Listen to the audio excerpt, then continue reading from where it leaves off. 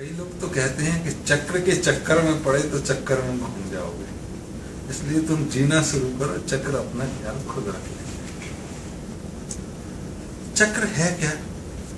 एक केंद्र हो सकता है जो अपने चारों तरफ घूम रहा है, एक जो गाड़ी का चक्का है या मोटरसाइकिल का जिसमें एक धुरी है और चारों तरफ जो घूम रहा है। ये इलेक्ट्रिक मोटर का चक्र नहीं हो सकता है कि जिसमें रोटर घूम रहा है और स्टेटर स्टेशनरी। तो यहाँ जो चक्र होता है वो कायदे से एक ऊर्जा का केंद्र हो सकता है जहाँ से ऊर्जा प्रवाहित हो रही है।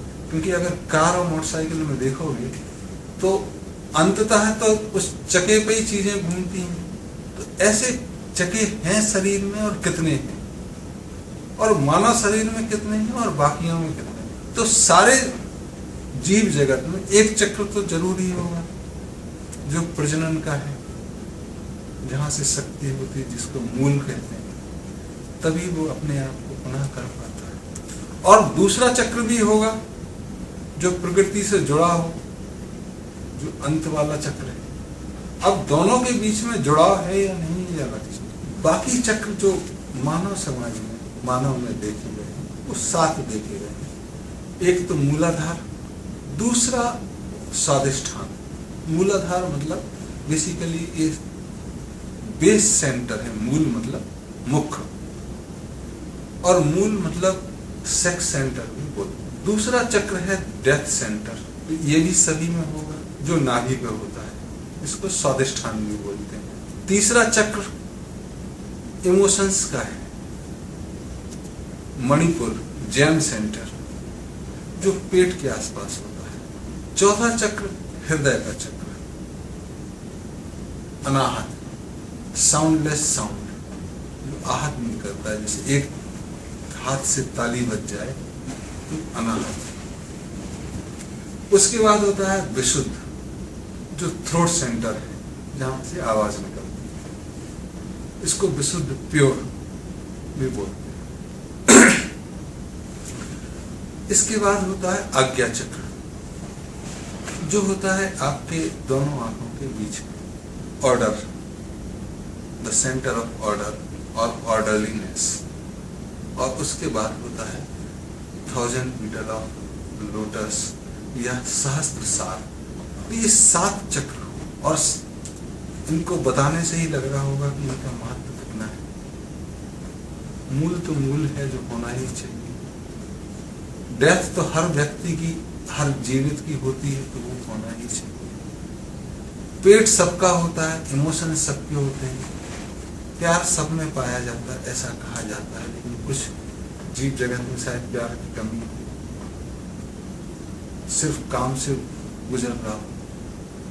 तो तीसरा सेंटर जैम सेंटर या इमोशन सेंटर या मणिपुर भी बोलते हैं, मणि मतलब जैम। चौथा अनाहत, दिल। तो जितनों में दिल होगा, दिल का सेंटर हो सकता है, अपनी भावनाएं। इसके बाद जो है विशुद्ध, जो स्पीच निकलती है, जो आप बोलते हैं। पांचवा आज्ञा, आप देख रहे हैं, चीजें डिसाइड कर रहे हैं, सोच रहे हैं और फिर बोल रहे हैं, तो आप आदेश दे रहे हैं। और वहां से ये भी दिखता है कि चीजें व्यवस्थित हैं या नहीं, ऑर्डर में हैं या नहीं। To be in order and to order, और सब चीजें हैं तो प्रकृति से जुड़ाव। तो 7 चीजें हैं तो 7 महत्व तो है। अब ये आपस में जुड़े हुए हैं, तो मूल से सहस्त्रसार मतलब प्रकृति से परमात्मा के जाने की आपकी प्रक्रिया जुड़ी हुई है या टूटी हुई है। अगर जुड़ी हुई है तो आप पूरी तरह से स्वस्थ हैं ही, ऐसा किसी से पूछने की जरूरत नहीं, व्यक्ति स्वयं में महसूस कर देगा। इसका मतलब मूल से मृत्यु के बीच में उसकी चाल जो है और उसको हमेशा एहसास रहेगा। उस मूल और मृत्यु के बीच से इमोशन निकलते हैं, तो वो ना स्थायी हो सकते हैं ना अस्थायी हो सकते हैं। ना किसी के मरने पे आप मर जाएंगे और ना किसी के जीने पे आप उछलने लगेंगे। और जो वो इमोशंस हैं वो दिल के रास्ते से आए। तो किसी पे क्रोध आया, बच्चे के पेशाब कर दी, तो दिल के रास्ते से है, बच्चा ही है, तो उसको आप इतना नहीं मारोगे जितना एक बड़े बच्चे को मार दोगे जो पेशाब कर देगा 10 साल का। तो 6 महीने का अगर बच्चा पेशाब करेगा तो दिल के रास्ते से आएगा और आप उसकी नैपी चेंज कर दोगे। और एक बुजुर्ग को बाथरूम निकल जाएगी तो डॉक्टर को बुला लोगे, क्योंकि वो इमोशंस, जो भावनाएं हैं, वो दिल के रास्ते से निकली। और अगर दिल के रास्ते से नहीं निकली होती और आपके शर्ट पे 6 महीने का बच्चा पेशाब कर देगा तो आप पक्का मारोगे, या दादाजी ने पेशाब कर दी बिस्तर पे तो आप लड़ जाओगे। तो चीजें, इमोशंस दिल के रास्ते से निकले, और जब दिल के रास्ते से आवाज निकलेगी तो वो पूरी तरह से पवित्र होगी। ऐसा मान सकते हैं कि गुस्सा तो आया था कि इसने मेरे शर्ट पे पेशाब कर दी बच्चे ने, इसकी थप्पड़ मारे, लेकिन दिल के रास्ते से निकला, अरे 6 महीने का बच्चा है, इसकी तो नैपी चेंज करनी है। तो जो आवाज निकलेगी वो निकलेगी, अरे बच्चे की नैपी ला दो, मैं चेंज कर देता हूँ, या चेंज कर दो, तो वो पवित्र होगी, वो विशुद्ध होगी, शुद्ध होगी। और जब पूरी तरह से आप ये 5 चीजों के बीच से निकले हैं तो जो आप आज्ञा दोगे उसका पालन होगा, या आप स्वयं करोगे कि नैपी चेंज करनी है। और जब सारी चीजें हैं तो प्रकृति की आशीर्वाद आपके साथ होगा। अब अगर आप बीच में कोई चीज तोड़ते हैं कि आपके ऊपर पेशाब की और आपने दिल के रास्ते से नहीं आया और सीधे दिमाग के रास्ते पे आया और आपने 2 थप्पड़ लगा दिए, तो एक तो आपका ऑर्डर खराब हुआ, एक दिल आपने बाईपास किया, तो 7वां चक्र तो है ही नहीं क्रम में। धीरे धीरे अगर आप ऐसी प्रक्रिया चलती रहे तो आपके दिल का क्या होगा, बाईपास होगी या क्या होगा। इमोशंस के द्वारा आप दिमाग से निर्णय लेते हो, पिटाई लगा देते हो, तो आपकी आवाज की पवित्रता रहेगी। आपके ऑर्डर आपकी पत्नी मानेगी बच्चे को पिटाई लगाने की, वो लड़ जाएगी कि कैसे मार सकते। तो चीजें खराब होंगी और घर में खराब होंगी तो आप कितने दिन ठीक रह पाओगे। तो स्वास्थ्य पे असर तो पड़ेगा ही पड़ेगा, आपके परिवार के, और प्रसन्न तो रह नहीं सकते। ये ऊपरी बातें हैं। जो और गहरी बातें हैं वो ये कि मूल ताकत भी देता है, प्रकृति का प्रजनन भी देखता है, प्रकृति को ताकत भी देता है। तो तुम देखोगे कि जवान बच्चे, जवान सांड, इसमें ताकत होती, बैल से तो ज्यादा ही होती। बदिया कर दो तो बैल में ताकत नहीं बचती, कम से कम लड़ने की तो नहीं बचती, आप उससे काम ले सकते हैं। इसलिए मूल का दमन, कई लोगों ने बताया कि आप ताकत से काम कर सकते हैं। अगर आपको बदिया नहीं भी किया जाए तो आदमी समझदार है, वो समझा लो कि आप शादी मत करो, तो आपको शक्ति मिलती रहेगी। शक्ति है ही, और शक्ति का बाह्य गमन, बाह्य स्रोत है नहीं। शादी की नहीं आपने तो क्या करोगे, आप बहुत तेजी से काम करते रहोगे, बदिया भी आपने।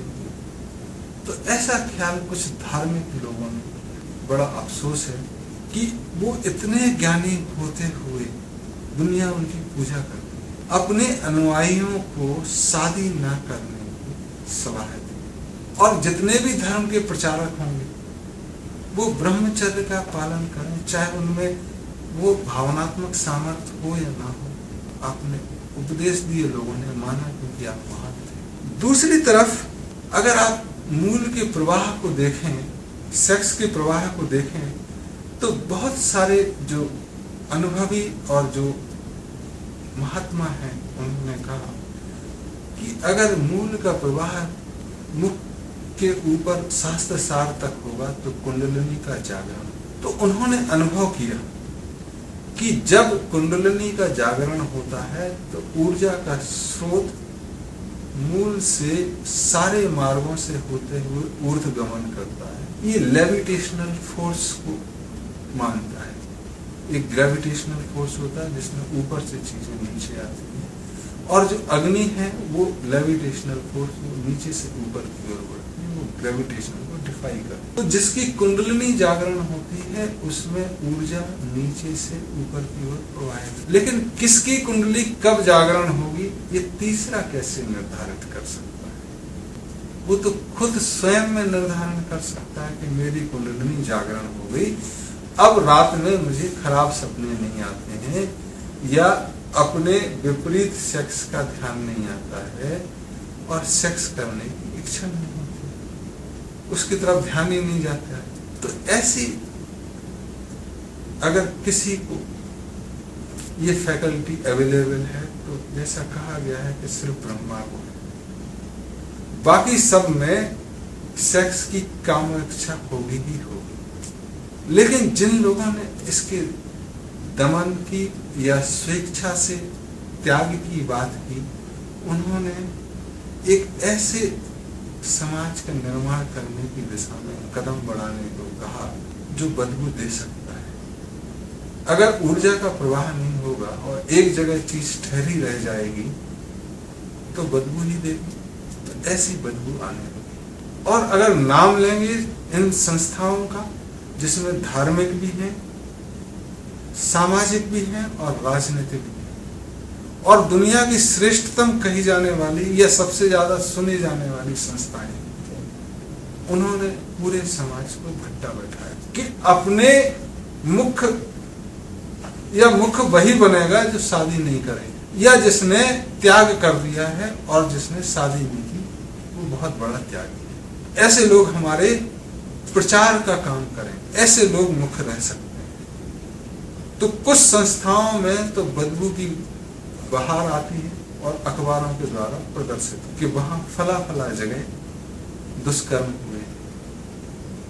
जो एक पवित्र कर्म होता है वो जब जबरदस्ती होता है तो दुष्कर्म। तो जो भावनाओं को दबा के रखा गया समाज में, मूल को दबा के, उसने पूरा समाज खराब। इन संस्थाओं पर ज्यादा रोशनी ना डालते हुए, चर्चा ना करते, जिसमें दुनिया की सबसे ज्यादा लोगों द्वारा माने जाने वाले धर्म, दुनिया में एक जमाने में सबसे ताकतवर राष्ट्र की राजनीतिक पार्टी और भारत में सबसे ताकतवर कहे जाने वाले सामाजिक संगठन जिसकी खुद की राजनीतिक पार्टी है, कि लोगों को कहा। ऐसे लोग को गहन चिंतन की जरूरत है कि वो समाज में उनके अपने ही लोगों का कितना नुकसान कर चुके। मेरा अनुभव जहां तक जाता है उसमें ऐसा मुझे लगता है कि मूल का दमन अपने माता पिता का अपमान है। अगर वो दमन उन्होंने किया होता तो आज आप भाषण देने लायक नहीं बचते। ये भगवान की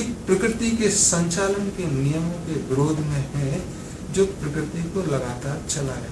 तो आप कितने ही पांडित्य का प्रदर्शन करें, एक मूल रूप से आप प्रकृति के खिलाफ जा रहे, अपने माता पिता के अपमान कर रहे और आगे आने वालों को रोक रहे। और स्वास्थ्य और दुनिया के स्वास्थ्य के लिए सबसे महत्वपूर्ण कदम जो हम सबको उठाना चाहिए कि मुख्य प्रचारक वही हो जो शादी से, हाँ, उसकी पति या पत्नी के देहांत के बाद जरूरी नहीं है कि वो शादी करे और वो सेवा करता रहे, लेकिन मुख्य गौरी शंकर ही हो सके। पति पत्नी मातृ रूप में, पितृ रूप में पूजा जाए तो बेहतर है। साध्वी और साधु अलग कौन समाज में चले, ऐसा ठीक नहीं। आप नागा साधु होकर एकांत में रह सकते, लेकिन समाज में आप घूमे रोजमर्रा में, आप अपनी शक्तियों का दमन करके समाज में प्रचारित करें कि मैं त्यागी हूँ, मैंने इतना त्याग किया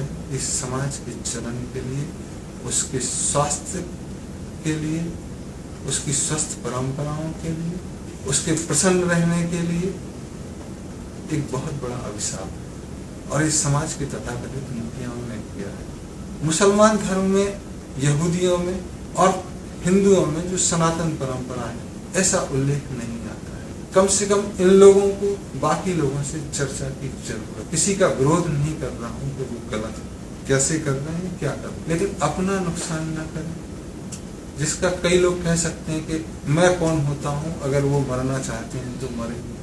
नरेंद्र अग्रवाल कौन होता है कहने वाला कि वो खुश रहे। लेकिन जब हम सामाजिक चर्चा कर रहे हैं और आपकी चर्चा से अगर मेरे बच्चे भी प्रभावित हो सकते हैं या मेरी चर्चा से आपके बच्चे प्रभावित हो सकते हैं और हम सब एक समाज में रहते हैं, तो एक चर्चा का आग्रह हम कर ही सकते हैं कि क्या ये जायज है कि हम दमन करें और तब भी प्राकृतिक रह पाएंगे। इसकी चर्चा जरूर। तो तंत्रों का जो महत्व है तंत्र मतलब सिस्टम, टेक्निक। ये कोई अनोखी चीज नहीं है जो किसी धर्म से जुड़ी हुई। एक टेक्निक है, जैसे फैक्ट्री में आप कुछ सामान बनाते हो तो उसकी एक पूरी विधि होती है, तो एक स्वस्थ रहने की विधि है। एक टेक्नीशियन होता है जो काम करता है, उसको थोड़े पैसे मिलते हैं, लेकिन एक डॉक्टर जीते जागृत शरीर पे काम करता है, उसके थोड़े ज्यादा पैसे।